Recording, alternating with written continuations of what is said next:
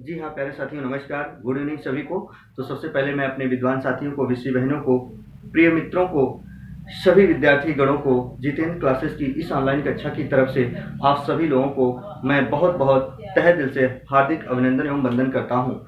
जी हाँ प्यारे साथियों, मैं एक चीज़ बता देना चाहता हूँ, अब आपको मैं बार बार नहीं बताने वाला कि वैकेंसी आने वाली है। जोर शोर से लग जाओ, पूरा दम कर दो, पूरी एनर्जी लगा दो प्यारे साथियों। एक चीज़ याद रखना, क्योंकि जब वैकेंसी आ जाएगी ना, उस समय आप पढ़ाई नहीं कर पाओगे, क्योंकि वही हमारे विद्यार्थीगण सफलता के दरवाजे तक पहुंचते मैं बार बार कहता हूं, जो निरंतर लगे होते हैं। चलिए इस बिंदु को छोड़कर हम अपने आपसी वार्तालाप उस बिंदु पर करेंगे, चर्चा पर चर्चा करेंगे प्यारे साथियों, जिस पर करना चाहिए। दोस्तों, कुछ हमारे विद्वान साथी, विषय बहनें, जो विद्यार्थीगण थे, कह रहे थे कि सर असंगति अलंकार के बारे में आप कुछ बताएं। पहचानना मुश्किल हो जाता है प्यारे साथियों, आप अंगुली पे नचाओगे लेकिन जितेंद्र सर के साथ जुड़ो तो। चलिए आज हम असंगति अलंकार के बारे में बात करते हैं। असंगति अलंकार उसे कहा जाता है प्यारे साथियों, जहां कारण कहीं और हो पर कार्य कहीं और हो रहा हो। जी हाँ, कारण कहीं और हो, कार्य कहीं और हो रहा हो। याद रखिएगा, उसी ही अलंकार के अनुसार थोड़ा सा एक अंतर होता है, थोड़ा सा अंतर होने के कारण वो विभावना हो जाता है। जो मित्र हमारे ना जान पाए वो विभावना अलंकार जाके देखिए, मैं टॉपिक बना चुका हूं। याद रखिएगा, असंगति अलंकार उसे कहा जाता है जहां कारण कहीं और होता है पर कार्य कहीं और हो, उसी को असंगति अलंकार कहा जाता है। आइए जरा देखते हैं प्यारे साथियों, असंगति अलंकार मैंने लिखा, इसकी डिफिनेशन क्या लिखा मैंने। इस अलंकार में कारण कहीं और तथा कार्य कहीं और होता है। जैसे मैं एग्जाम्पल लिखा हूं दोस्तों, सभी लोग जरा देखें, मैंने एग्जाम्पल लिखा हूं क्या कि हृदय घाव मेरे पीर रघुवीरे। प्यारे साथियों, वो कब की बात की जा रही है, जब लक्ष्मण शक्ति लग जाती है और लोग सजीवन बूटी लाते हैं। तो जब लक्ष्मण जी उठते हैं और सभी लोग उनसे पूछते हैं कि आप ठीक हो, तो कहते हैं क्या, जब लक्ष्मण शक्ति लग जाती है, सजीवन बूटी भी आ जाती है, और जब उठते हैं तो सभी लोग जब पूछते हैं कि आप ठीक हो, तो कहते हैं हृदय घाव मेरे पीर रघुवीर। अरे घाव तो मेरे हृदय में हुआ है, पर पीर यानी दुख, दर्द, जो पीड़ा है वो किसे हो रही है, श्री रामचंद्र जी यानी रघुवीर को हो रहा है। यानी कारण कहीं और है, कार्य कहीं और हो रहा है। कारण यहां हो रहा है, कार्य यहां हो रहा। प्यारे साथियों, घाव इनके शरीर में हुआ है, पर दर्द यानी पीड़ा किसे हो रहा है, श्री रामचंद्र जी रघुवीर को हो रहा है। जी हाँ, याद रखना प्यारे साथियों। आइए जरा देखते हैं, बहुत इंपॉर्टेंट टॉपिक है, वीडियो को पूरा देखिएगा तो ही समझ पाओगे। क्या है, दृगह उर्झत टूटत कुटुंब जुरत चतुर चित प्रीति। यहाँ कह रहा है दृग उर्झत टूटत कुटुंब।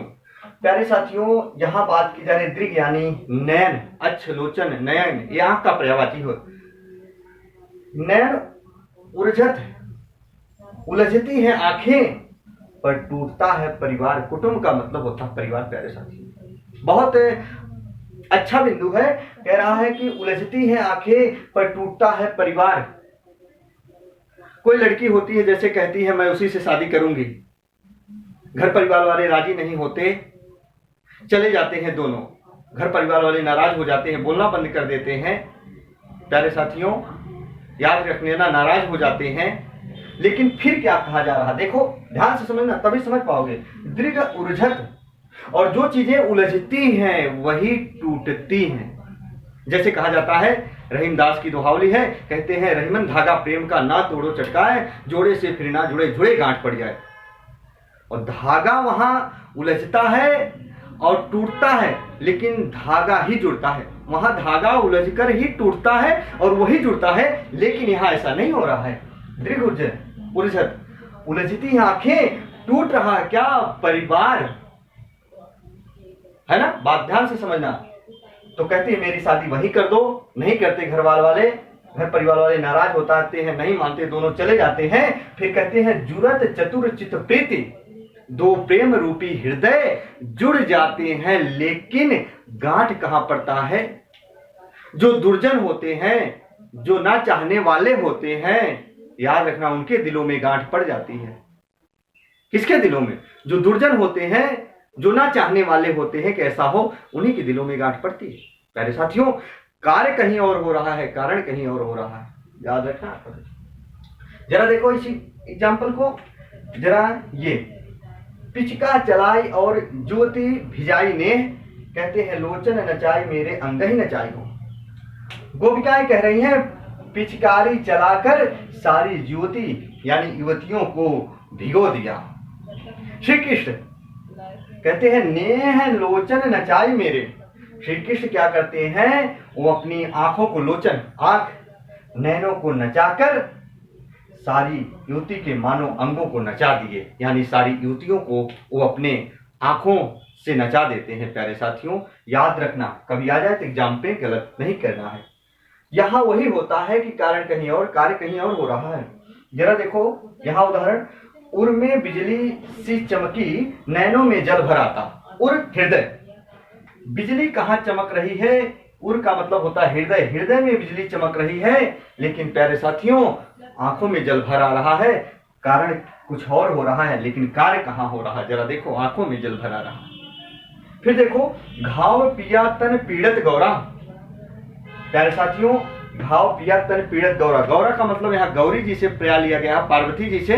एक बार की बात है, शंकर जी को घाव हो जाता है, तन यहाँ देखो दिया, तन, तन का मतलब शरीर, शिव के शरीर में घाव हो जाता है, पर वहां पीड़ा किसको हो रही है, गौरी जी को, पार्वती जी को।